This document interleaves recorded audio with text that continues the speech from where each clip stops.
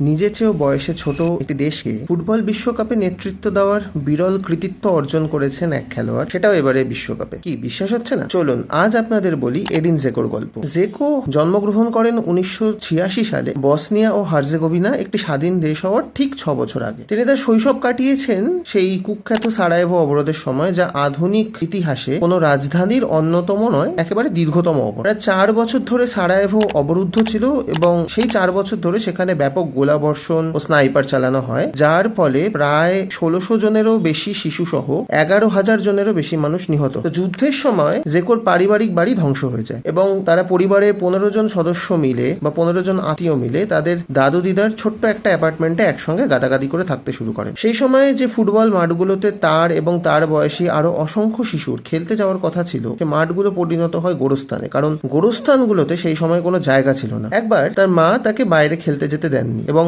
ভাগ্যের হয়তো এটাই লিখন যে এই ঘটনাই হয়তো তার প্রাণ বাঁচিয়ে দিয়েছিল, কারণ সেই দিন জেকো ঠিক যেই জায়গায় তার সঙ্গী সাথীদের সঙ্গে খেলতে যেতেন সেই জায়গাতেই একটি আচমকা মিসাইল হানা হয় এবং বেশ কয়েকটি শিশু নিহত হয়। এভাবেই গোলাবর্ষণ, অভাব আর বিমান হানার সাইরেনের মধ্যেই জেকো বড় হয়ে ওঠে। এরপর কিশোর বয়সে প্রায় নীরবেই তিনি বসনিয়া ত্যাগ করেন এবং বলকান অঞ্চলের ইতিহাসে অন্যতম সেরা একটি ক্যারিয়ার গড়ে তোলেন। উলসবার্গের সঙ্গে বুন্দেসলিগা চ্যাম্পিয়ন, ম্যানচেস্টার সিটির সঙ্গে দুবার প্রিমিয়ার লিগ চ্যাম্পিয়ন, রোমার হয়ে সেরিয়াতে সর্বোচ্চ গোলদাতা, সিনিয়র ক্যারিয়ারে 400-র বেশি গোল, বসনিয়া এবং হার্জেগোভিনার হয়ে সর্বোচ্চ গোলদাতা এবং সর্বাধিক ম্যাচ খেলার রেকর্ড। আজ তিনি যে এখানে আছেন এটাই সবচেয়ে বড় অলৌকিক ঘটনা। আর এর পরেও আসে নিজের চেয়েও কম বয়সে একটি দেশকে বিশ্বকাপে নেতৃত্ব দেওয়ার, তাও আবার 2বার নেতৃত্ব দেওয়ার অন্যতম বিরল কৃতিত্ব। এই ধরনের আরো অনেক গল্প জানতে don't forget to hit the follow button.